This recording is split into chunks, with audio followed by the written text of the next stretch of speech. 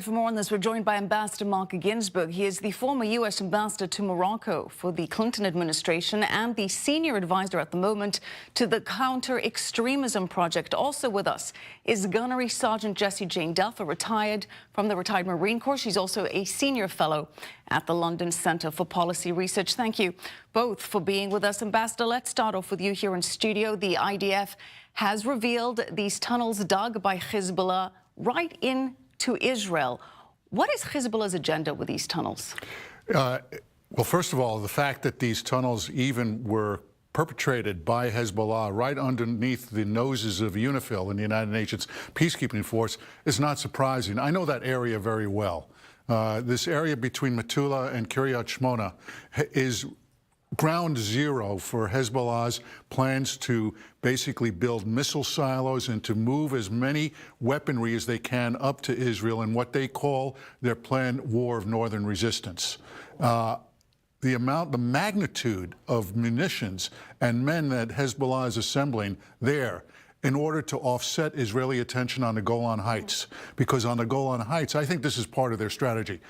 Opposite the Golan Heights, Hezbollah is planning also, along with Iranian support, to build another network of tunnels underneath the Golan Heights. And so I think this is part of the diversionary effort by Hezbollah Lebanon to keep attention closer to home so that they don't basically have Israel's main attention across from the Golan Heights.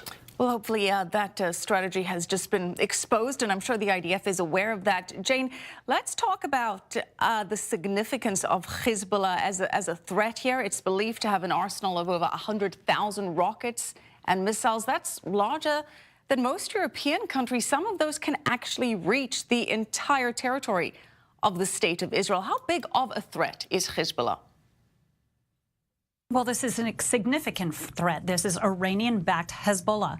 And I need to mention that back in 1983, everyone has heard of the Marine barracks bombing in Lebanon that was conducted by the Iranian-backed Hezbollah. So the threat has been astronomical throughout the world, considering the death toll that these forces can commit against humanity. Benjamin Netanyahu made it very clear that their intention was to take over Galilee, to bring the forces into Israel and have the attacks take place within their own borders. When you have that type of a significant threat coming through tunnels, there would have been no way for IDF to stop this had they not been discovered. Hamas has already been discovered to have had tunnels down in the other parts of Israel. So they know that this has happened in the past. It is a real threat. And as one Israeli had indicated, the rest of the world doesn't have to live within 100 meters of a tunnel coming up into their bedroom and being attacked to this level. Yeah, absolutely. Ambassador, let's focus on what you say is the biggest strategy here, because this comes in the context of Iran violating UN agreements regarding its missile testing. It comes as Iran has reportedly upgraded its naval forces, and as there are Iranian-backed Syrian troops amassing along the borders with Israel. Is this part of this attempt for a multi-front war, keeping in mind that potentially Hamas was just trying to drag Israel into a war with Gaza with its recent rocket bombardment a few weeks ago? Does it now feel like this is really the strategy here? I'm absolutely convinced it is, Michelle. I'm absolutely convinced that this threat is a quasi-existential threat to Israel. The fact that there's almost, and the estimate is closer to 120,000 missiles, some of which, including the Fateh 110, which Hezbollah now has in its possession, is capable of pinpointing attacks on Ben Gurion Airport as well as in Tel Aviv. And that Hezbollah now has the capacity to fire over 1,000 rockets a day into Israel. There's not anywhere near a sufficient Israeli capacity to respond in kind unless there's a preemptive attack. And Iran's strategy is more or less to create what they say in Persian is the Wilayat Imam Ali, which is the territory all the way stretching across the Lebanese-Israeli border, all the way across the Golan Heights, and create what essentially is an Iranian Shiite province in this region.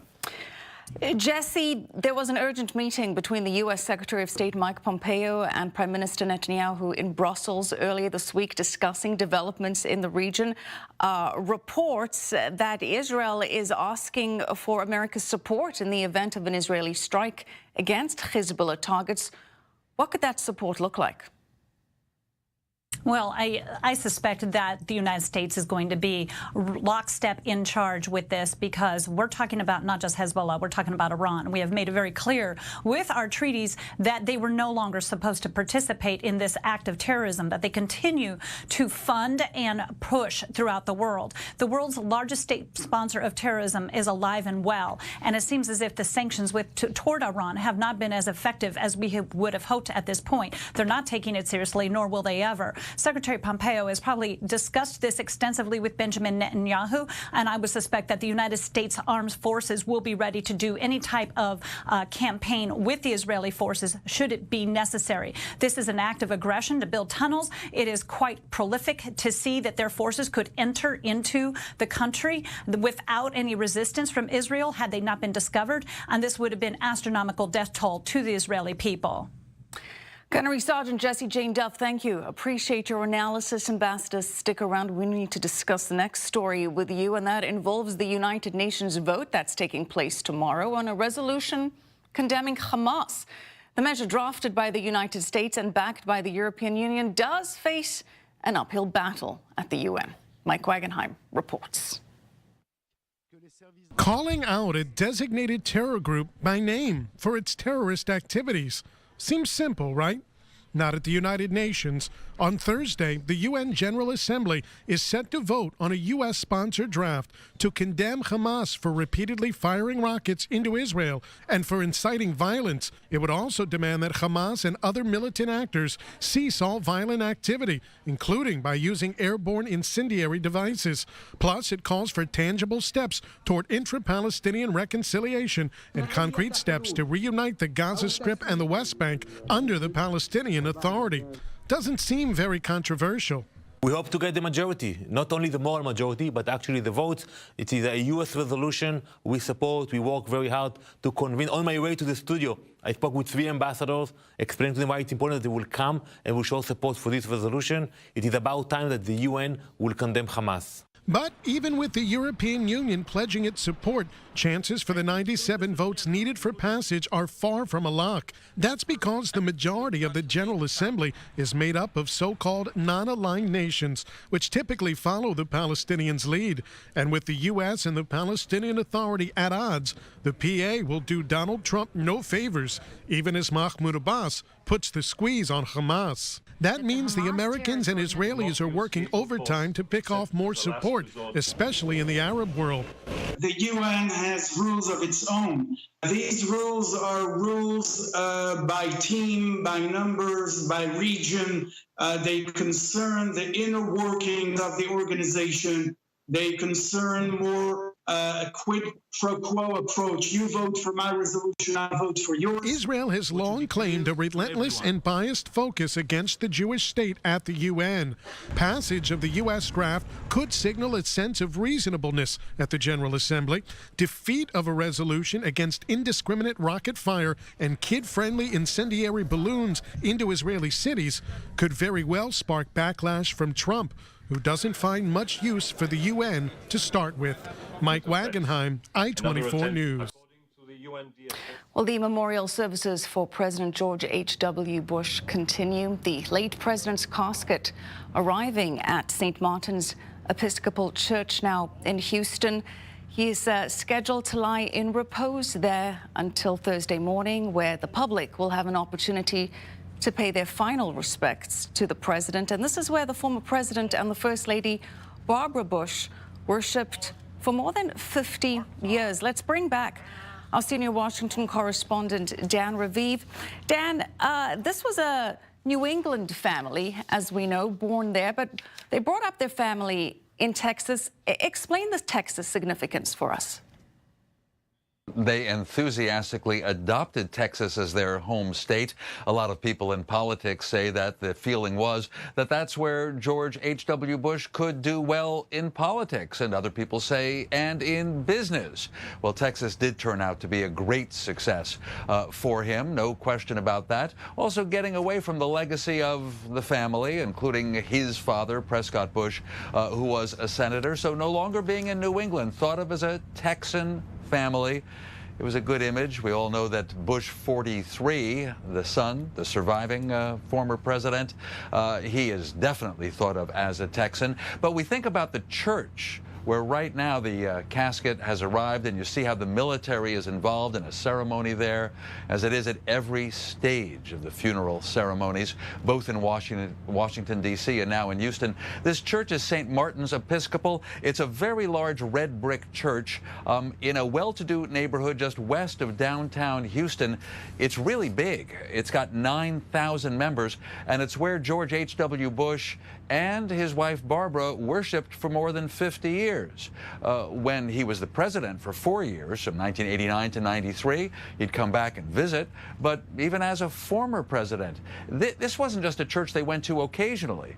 They really felt part of the community, and so the community will say farewell. Once again, the body lying in repose means that people all night will walk past the casket, we assume respectfully, inside that church, Michelle. Right, paying their tributes to a truly great man. And as you say, 43rd President George W. Bush, certainly a Texan. He was saying in his very heartfelt eulogy today that his father had taught him that public service is noble and necessary. Ambassador Ginsburg, you had an opportunity to meet the former president on a number of occasions. Tell us about that. Well, President George H.W. Bush, as part of his 1,000 Points of Light charitable effort, became the honorary chairman of Layalina Arab Television Productions, which I was the founding president. An initiative meant to help reach out to young Arabs to help convince them that supporting Osama bin Laden after 9/11 was not consistent with their long-term interests, and to present a kinder, more gentler face to the American people. And the president invited me to the White House to have breakfast with him one morning in the solarium on the residence, in the residence of the White House. And we sat down together and talked about the Middle East and what he was trying to do. He talked about his son and his son's efforts, who then was president. And he said to me, you know, Mark, one of the things that I want you to do is to go march downstairs and tell the president what he should be doing in the Middle East. And I said, with all due respect, Mr. President, I don't think that without you going down there with me that I'm prepared to do that. He said, I'm afraid of George. I'm not sure that he'd want me to do that without you. And that's just it, Ambassador, that combination of humor and humility, of honor and of service. And it was certainly the foreign policy aspect of his term that resonated, that had a tremendous impact, not only with the successful cessation of the Cold War, but certainly with the Gulf War. And that provided an interesting dynamic with regards to the relationship with Israel, telling the Israelis to show restraint while Saddam Hussein was trying to drag them into the conflict. The president actually designated Lawrence Eagleburger, who was then Deputy Secretary of State, to travel to Israel in order to convince the Israelis not to retaliate because Saddam Hussein was launching Scud missiles into Israel. And the president talked often publicly as well as privately to the Israeli government, besieging them not to respond and to give Saddam Hussein cause and reason to galvanize the more extremist elements of the Arab world against this effort to build this coalition. And the president had this extraordinarily deep concern about this. I wrote him a letter, if I may add, because my family's kibbutz, and my mother at the time was having to go into air raid shelters for fear of those Scud missile attacks. And I wrote him a letter basically saying to him, Mr. President, I want to tell you on behalf of my family our gratitude that you kept Israel safe.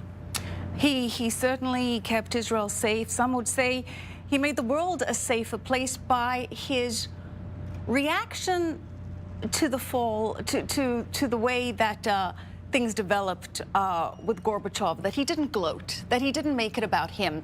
Some of that was actually used against him, Democrats saying that he should have made this a bigger victory for the United States. John Meacham, the great historian who wrote about the president and spoke today at his funeral in an incredible eulogy, reminded all of us of the fact that when the Berlin Wall fell, he purposely was encouraged by many of his advisors to travel to Berlin and to take more or less a victory lap around the destroying Berlin Wall. And he was emphatic. He said, I will not do that.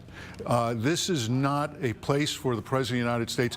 If we do this, we could really provoke a counter-reaction on the part of the more extremist elements inside Russia. It's more important that I stay back here and let the fall of the Berlin Wall speak for itself. And let's take a listen in now.